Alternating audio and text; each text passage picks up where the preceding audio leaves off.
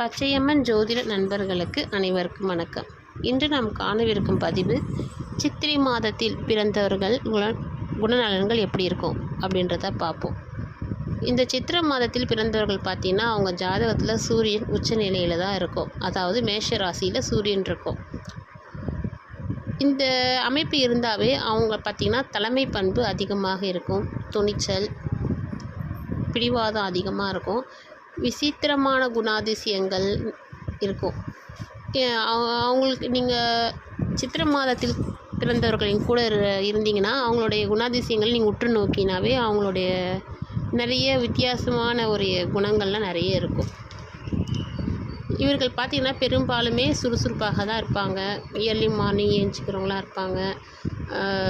நீங்கள் டக்கு டக்குன்னு வேலைங்களை டைமிங் போட்டு 1 ஹவரில் இத்தனை வேலையை முடிக்கணும்னு நினச்சிதாங்கன்னா அதை கண்டிப்பாக செஞ்சு முடிக்கிறக்கூடியவங்களாக தான் இருப்பாங்க.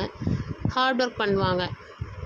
நிறைய என்னால் முடியாதுன்னு அப்படின்றத தள்ளி வைக்க மாட்டாங்க. எந்த ஒரு இதையும் என்னால் முடியுன்றத மனசில் வச்சுட்டு ஹார்ட் ஒர்க்கும் பண்ணுவாங்க.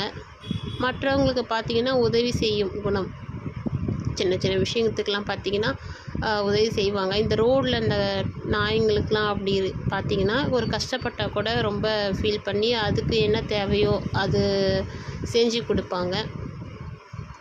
நிர்வாக திறமைசாலிகளாகவும் இருப்பாங்க.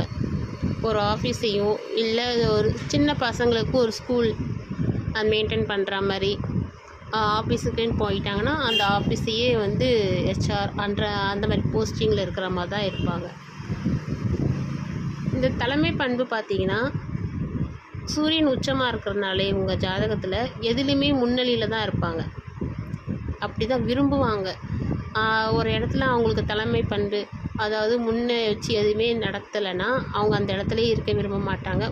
ஒரு குடும்பமாக இருந்தால் கூட அந்த குடும்பத்தில் இவங்களை கேட்டு தான் எல்லாமே செய்யணுன்றதை எதிர்பார்ப்பாங்க. மோஸ்ட்லி இவங்க வீட்டுக்கு மூத்த மருமகளாக போக வாய்ப்பு இருக்குது.